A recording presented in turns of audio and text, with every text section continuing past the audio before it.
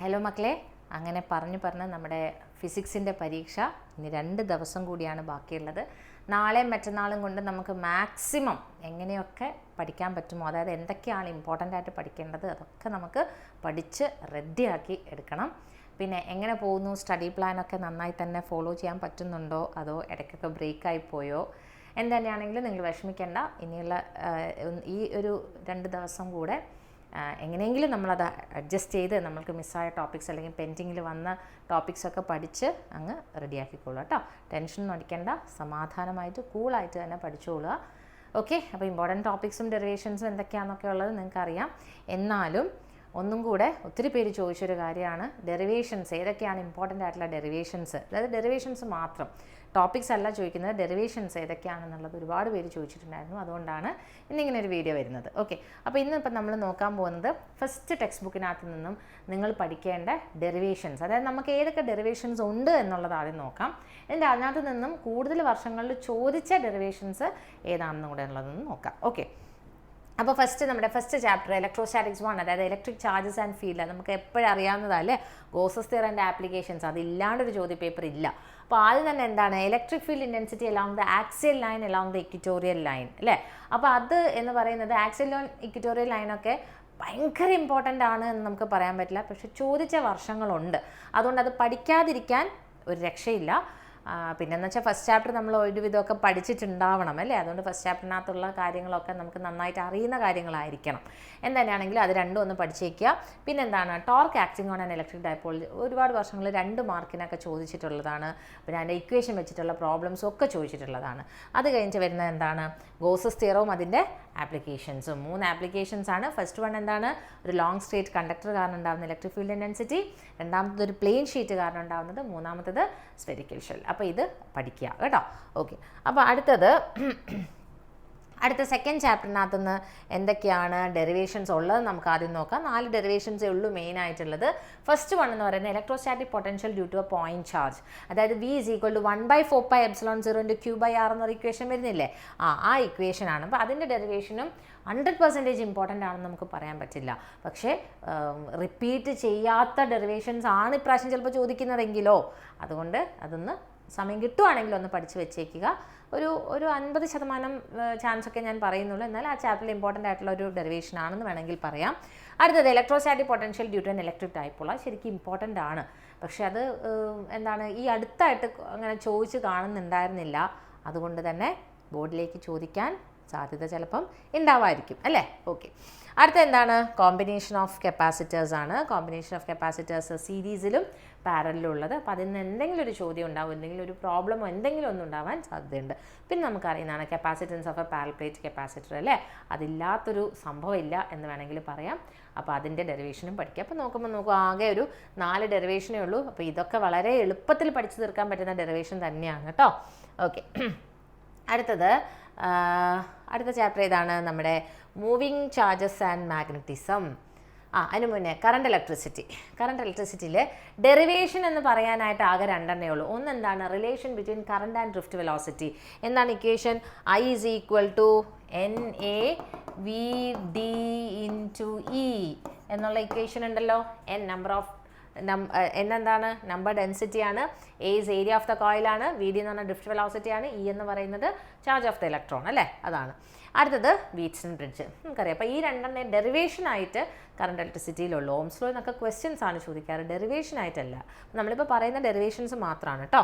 അടുത്ത ചാപ്റ്റർ എന്താണ് moving charges and magnetism. ഏറ്റവും കൂടുതൽ ഡെറിവേഷൻസ് ഉള്ളൊരു ചാപ്റ്ററാണ് moving charges and magnetism. Ray ഓപ്റ്റിക്സിലും ഇതിലുമാണ് ഏറ്റവും കൂടുതൽ ഡെറിവേഷൻസ് ഉള്ളത്.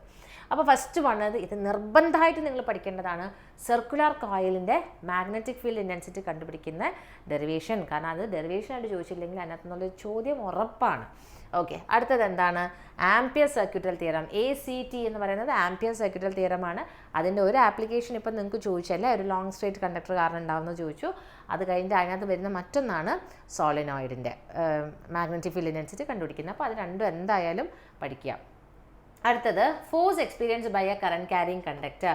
നമ്മുടെ ഇക്വേഷൻ ഇല്ലേ F = IL × B എന്ന് വരുന്ന ഇക്വേഷൻ, നമ്മുടെ ഫ്ലെമിങ്സ് ലെഫ്റ്റ് ഹാൻഡ് റൂളൊക്കെ കിട്ടുന്നത് അതാണ് സംഭവം. ഓക്കെ, അതാണ് force experience by a current carrying conductor F is equal to IL cross B എന്നുള്ള ഇക്വേഷൻ. I എന്നാണ് current, L length, B magnetic field. അടുത്തത് ഫോഴ്സ് ബിറ്റ്വീൻ പാരലൽ കണ്ടക്ടേഴ്സ്.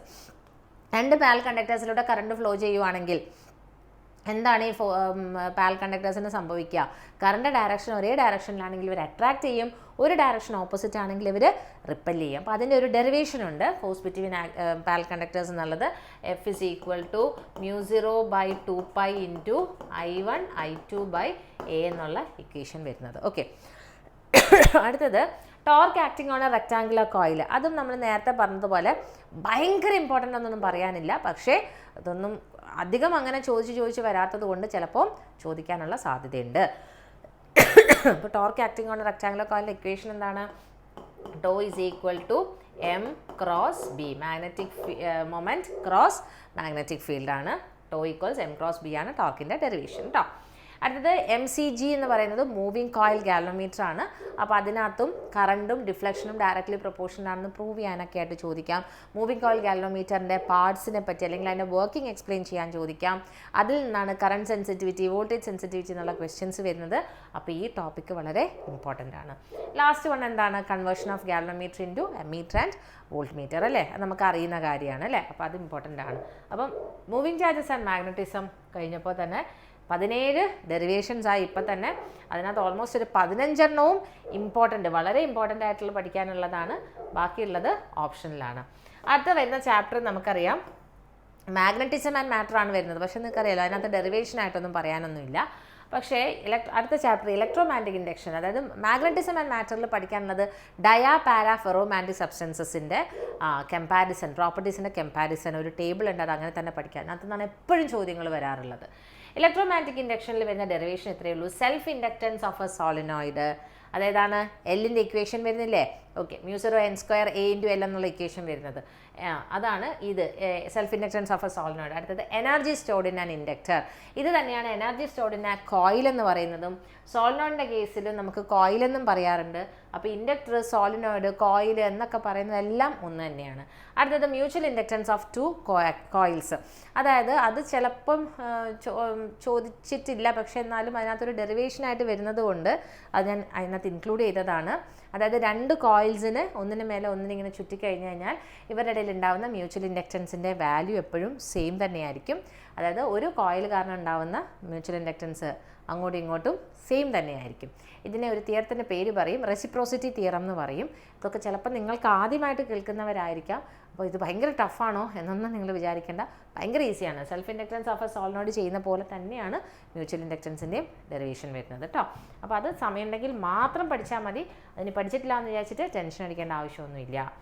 അടുത്തത് EMI കഴിഞ്ഞാൽ വരുന്നത് ഏതാണ്? നമ്മുടെ ഓൾട്ടർനേറ്റിംഗ് കറണ്ട്. ഓൾട്ടർനേറ്റിംഗ് കറണ്ട് നിങ്ങൾക്കറിയാം, L circuit, C circuit, R circuit, LCR circuit മസ്റ്റായിട്ട് പഠിച്ചിരിക്കണം. രക്ഷയില്ല, അത് പഠിച്ചേ പറ്റുള്ളൂ കേട്ടോ.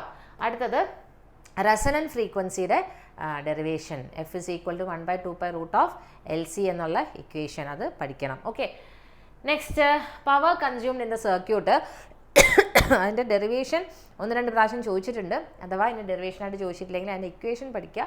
എന്നിട്ട് അത് വെച്ചിട്ട് ഓരോ സർക്യൂട്ടിലും എന്താണ് പവർ എന്നുള്ളതും കൂടെ പഠിച്ചു വെക്കണം. പിന്നെ ട്രാൻസ്ഫോമർ നമുക്ക് ഭയങ്കര ഈസി ആയിട്ടുള്ള കാര്യമാണ് അല്ലേ. ലാസ്റ്റ് വരുന്നത് AC ജനറേറ്ററാണ്. അതിൻ്റെ വർക്കിംഗ് ചോദിക്കാം, അല്ലെങ്കിൽ എങ്ങനെയാണ് ഇൻഡ്യൂസ്ഡ് EMFൻ്റെ ഇക്വേഷൻ വരുന്നത് എന്നുള്ളത് ചോദിക്കാം. അപ്പോൾ നമ്മൾ ഇത്രയും പറഞ്ഞത് ലാസ്റ്റ് ചാപ്റ്റർ ഏതാണ്? EM വേവ്സ് ആണ്. ഈ വേവ്സിൽ നിങ്ങൾക്ക് അറിയാം അതിനകത്ത് ഡെറിവേഷൻ ആയിട്ടൊന്നുമില്ല. അപ്പോൾ ഇത്രയാണ് ഫസ്റ്റ് ടെക്സ്റ്റിനകത്തുള്ള ടോപ്പിക്സിൻ്റെ ഡെറിവേഷൻസ്. മൊത്തം നമുക്ക് 26 കിട്ടിയിരിക്കുന്നത് ഫസ്റ്റ് ടെക്സ്റ്റിനകത്ത് നിന്ന്. അതിനകത്ത് മാഗ്നറ്റിസം ആൻഡ് മാറ്ററും ഇലക്ട്രോ മാഗ്നറ്റിക് വേവ്സും തിയറി മാത്രമാണുള്ളത്. അപ്പോൾ തിയററ്റിക്കലായിട്ട് നിങ്ങൾ പഠിക്കുക കേട്ടോ. അതിനകത്ത് നിന്നുള്ള ചോദ്യങ്ങൾ എന്തൊക്കെയാണെന്നുള്ളത് നമ്മൾ ഇമ്പോർട്ടൻറ്റ് ക്വസ്റ്റ്യൻസിൻ്റെ കൂട്ടത്തിൽ പറഞ്ഞിട്ടുണ്ട്. പ്രീവിയസ് ഇയർ ക്വസ്റ്റ്യൻസ് ചെയ്യും. എന്താ മിസ്സേ പ്രീവിയസ് ഇയർ ക്വസ്റ്റ്യൻസ് ബാക്കി എന്താ ചെയ്യാത്തതെന്നൊക്കെ ചോദിച്ച് മെസ്സേജ് വരുന്നുണ്ട്. ചെയ്തിരിക്കും കേട്ടോ, എന്തായാലും ചെയ്യും. അത് നമുക്ക് പറഞ്ഞല്ലോ മിസ്സിൻ്റെ ഓഫ്ലൈൻ ക്ലാസ്സസിൻ്റെ ഒക്കെ കൂടി തിരക്കായതുകൊണ്ടാണ് എല്ലാ എക്സാംസും ഒരുമിച്ചാണ് വന്നിരിക്കുന്നത്. അതാണ് ഭയങ്കര ഒരു സങ്കടം. മാർച്ച് 4 നിങ്ങളുടെ പരീക്ഷ കഴിഞ്ഞാൽ തൊട്ടടുത്ത ദിവസം തന്നെയാണ് 10th CBSEയുടെ സയൻസിൻ്റെ പരീക്ഷ വരുന്നത്. മാർച്ച് 4 +2 CBSEയുടെ ഫിസിക്സിൻ്റെ പരീക്ഷ വരുന്നത്. അപ്പോൾ എല്ലാം കൂടി കുറച്ചൊരു തിരക്കായി പോകുമ്പോൾ നമ്മൾ വീഡിയോ ഒക്കെ എടുക്കാനുള്ള സമയവും പിന്നെ അത് അപ്ലോഡ് ചെയ്ത് കഴിയുമ്പോൾ അത് അപ്ലോഡ് ആവാനെടുക്കുന്ന സമയമൊക്കെ കൂടി ഒരു ബുദ്ധിമുട്ടിലാണ്. പക്ഷേ ഇല്ല, മാക്സിമം വീഡിയോസ് തരും. എന്നുവെച്ചാൽ പ്രീവിയസ് ഇയർ ക്വസ്റ്റ്യൻസ് എന്തായാലും ചെയ്തിരിക്കും കേട്ടോ. ഓക്കെ, അപ്പോൾ ഈ 26 ഡെറിവേഷൻസിനകത്ത് ഒരു 22 നിങ്ങൾ പഠിക്കണം കേട്ടോ. അതിപ്പോൾ ഡെറിവേഷനായിട്ട് തന്നെ ചോദിച്ചില്ലെങ്കിലും യെസ്, പ്രോബ്ലംസ് ചോദിക്കാം, 1 മാർക്ക് ക്വസ്റ്റ്യൻസ് ചോദിക്കാം, ഇക്വേഷൻ മാത്രമായിട്ട് എഴുതാൻ ചോദിക്കാം. അപ്പം പഠിക്കത്തില്ലേ? ഓക്കെ, അപ്പോൾ ഇതിൻ്റെ എല്ലാത്തിൻ്റെയും വീഡിയോ നമ്മുടെ ചാനലിലുണ്ട് കേട്ടോ. എല്ലാ ചാപ്റ്ററിൻ്റെയും വീഡിയോ ചെയ്തതുണ്ട്. ഡ്യുവൽ നേച്ചറിൻ്റെ വീഡിയോ ഇപ്പം തന്നെ വരും. ഡ്യുവൽ നേച്ചർ ന്യൂക്ലിയർ മാത്രമാണ് നമ്മൾ ചാപ്റ്റർ വൈസ് വീഡിയോ ചെയ്യാത്തത്. ഡ്യുവൽ നേച്ചറിൻ്റെ വീഡിയോ ഉടനെ തന്നെ അപ്ലോഡ് ചെയ്യുന്നതാണ്. പിന്നെ ന്യൂക്ലിയറിൻ്റെ വീഡിയോ നാളെ തന്നെ നിങ്ങൾക്ക് കിട്ടിയിരിക്കും. അപ്പോൾ ഓക്കെ, നമുക്കിനി സെക്കൻഡ് പാർട്ടിൻ്റെ ഇമ്പോർട്ടൻറ്റ് ഡെറിവേഷൻസ് ഏതൊക്കെയാണെന്നുള്ളതും കൂടെ നോക്കാം.